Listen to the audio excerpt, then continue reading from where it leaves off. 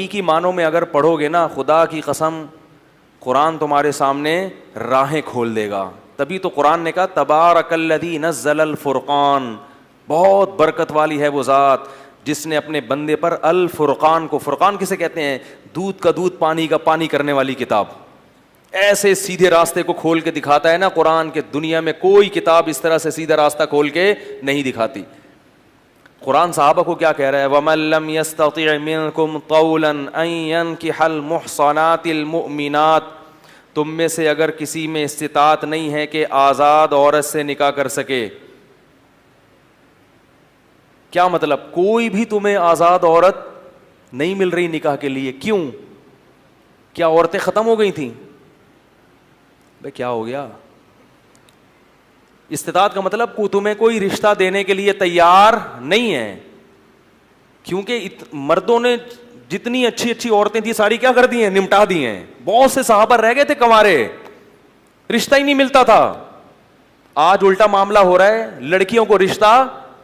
قرآن نے کہیں بھی یہ نہیں کہا کہ جس خاتون کو کوئی اچھا مرد نہ ملے تو وہ کم پہ گزارا کر لے. ایک بھی پورے قرآن میں یہ حدیث میں ایسی آیت یا حدیث موجود نہیں ہے. قرآن اور حدیث میں جگہ جگہ یہ تو ملتا ہے کہ مرد کو اگر رشتہ نہیں مل رہا کمتر سے کر لے، روزے رکھ کے صبر کرے.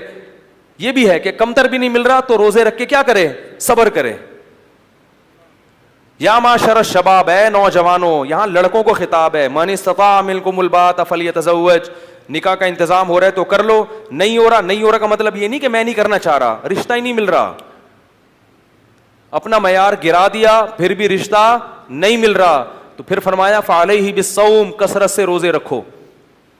یہ اس میں سے یہ روزے رکھنا یا صبر کرنا کہیں بھی عورت کو اس بارے میں حکم نہیں ہے، کیونکہ اسلامی معاشرے میں یہ تصور ہی نہیں ہے کہ لڑکی کو رشتہ نہ ملے. اچھا، لڑکیوں کا کام صرف ایک سے بہتر ایک میں اچھے سے اچھے کی سلیکشن ہے. رشتے تلاش کرنا یہ عورت کی ذمہ داری نہیں ہے. اسلامی تاریخ میں ہمیں نہیں ملتا کہ عورتوں نے رشتے تلاش کیے ہوں. یہ تو ملتا ہے کہ درجنوں آئے ہوں، ان میں سے ایک کو سلیکٹ کیا ہو. اب تلاش کا کام ہو رہا ہے. تو میں یہ کہہ رہا تھا کہ کہیں بھی نہیں ملتا کہ جس عورت کو رشتہ نہیں مل رہا وہ کم سے کر لے، کمتر سے کر لے. نہ نہ نہ، بلکہ کیا آتا ہے؟ غیر کفو میں نہ کرے. لیکن مرد کے بارے میں کیا ہے؟ وَمَن لَّمْ يَسْتَطِعْ مِنكُمْ طَوْلًا أَن يَنكِحَ الْمُحْصَنَاتِ الْمُؤْمِنَاتِ، کہ آزاد عورت سے اگر تمہیں نکاح نہیں ہو پا رہا، کوئی تمہیں لفٹ کرانے کے لیے تیار نہیں ہے، تم نے تلاش کر کر کے تھک گئے، نہیں مل رہا، فَمِمَّا مَلَكَتْ أَيْمَانُكُمْ، تو کسی کی باندی سے کر لو. باندی سے نکاح میں کتنے نقصانات ہیں. ایک تو وہ باندی ہے، کسی کی لونڈی ہے، خدمت وہ آپ کی نہیں کرے گی، خدمت وہ اپنے آقا کی کرے گی. آپ کی مرضی سے وہ کوئی بھی کام نہیں کرے گی. وہ غلام کس کی ہوگی؟ اپنے مالک کی.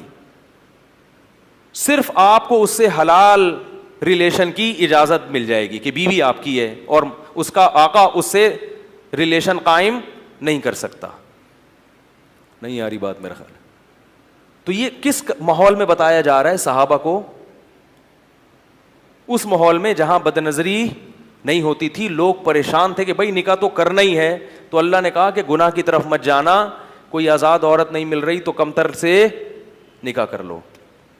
آج یہ آیت آپ لوگوں کو سنائیں گے تو وہ بولیں گے ہمیں تو لاکھوں آزاد عورتیں مل رہی ہیں، کوئی بھی ایسا نہیں ہے جو کہ مجھے کوئی آزاد عورت نہیں مل رہی. ہاں، میرا اصل میں ایک معیار ہے، رنگ ایسا ہو، ناک ایسی ہو، قد اتنا ہو. اگر آپ اردو اسپیکنگ ہیں تو اردو، وہ بھی اردو ہی اسپیکتی ہو. اگر میں پنجابی ہوں تو وہ کیا ہو؟ وہ بھی پنجابی بولے. پنجابی کا اپنا مزہ ہے بھائی. اور لایا ہو ہے اور لا کے روٹی پکا کے کھا دے، وہ ایک اسٹائل ہے نا پنجابی کا. میں ہم لوگ وہاں بس میں جاتے تھے نا، گڈی نو سائڈ تے لا دے. پنجاب میں وہ کہتے ہیں گڈی نو سائڈ تے لا دے. بڑا مزہ ہے اس میں. ہر قوم کو اپنی زبان سے کیا ہوتی ہے؟ پشتو تو پشتو ہے، اخپل. تو ہر آدمی کو بیوی کون سی چاہیے؟ اپنی لینگویج کی. لنگوج اپنی ہونی چاہیے، ٹھیک ہے نا.